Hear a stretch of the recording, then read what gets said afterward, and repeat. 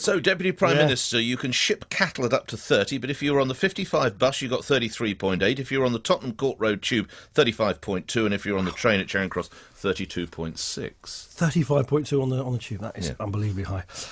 Yeah, look, do you know, It's just a question for Mayor Johnson, of course. You could argue. Well, of course. Many things are a question for Mayor Johnson.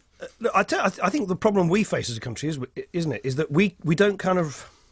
These things are unpredictable. So we have a whole system. We have the whole way we work, our offices, buses, everything isn't actually designed for these sudden spikes in temperature. And I mean, the countries that are used to sudden hot temperatures, they kind of organise themselves differently, or indeed very, very cold winters. I remember spending a summer at a school in southern Germany, as a teenager, and they had this rule. It was brilliant as a school kid.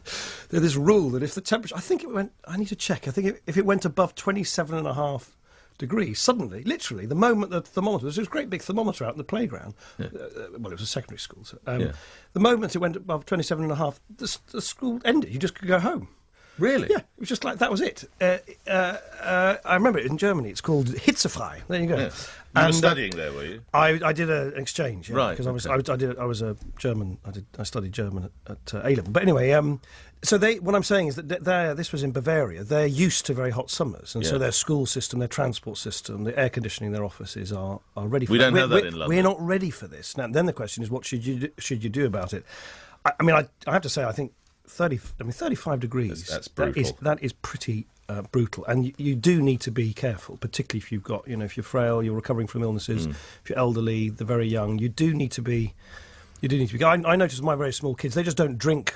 They don't drink water. They'll run around in the sun, just not quite realising that they're actually overheating. So you do need to watch out. I've got a related question. Mark in Gravesend emails, would you let your staff wear shorts in the office? It's so hot in my workplace at the moment. My boss won't let me, which I think is quite ridiculous.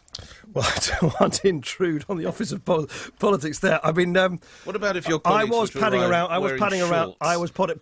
padding around in my office without my shoes on yesterday. But obviously, public events where I have to respect the dignity of the office, I put my shoes back on. But I think. What about your colleagues if they came to work in nice tailored shorts? I think I am perfectly relaxed actually about people who work in my office, as long as they're sort of not doing public-facing jobs where they have to obviously keep up appearances. But if they're in their offices working hard, as they do, I'm very keen that they shouldn't overheat. I think it's... And the Labour MPs who said workers should be able to go home when it gets too hot yesterday, I don't know if you saw that. I don't think, for the reasons I explained, I don't think we should suddenly be passing laws and, issuing great rules for everybody. I just think you've got to be pragmatic. If you're in an office which you don't have air conditioning, I don't know, the sun's coming in, particularly these offices under roofs which, can overheat, I just think you've got to be sensible. If that really is... I mean, if you cannot, I don't think, reasonably expect someone to actually sit in an office if it's 35 degrees. No. You can't Maybe get much work done. Maybe Mayor Johnson should short out the tube rather than wandering around... Well, I refer you to Mayor Johnson, as I do on so many issues.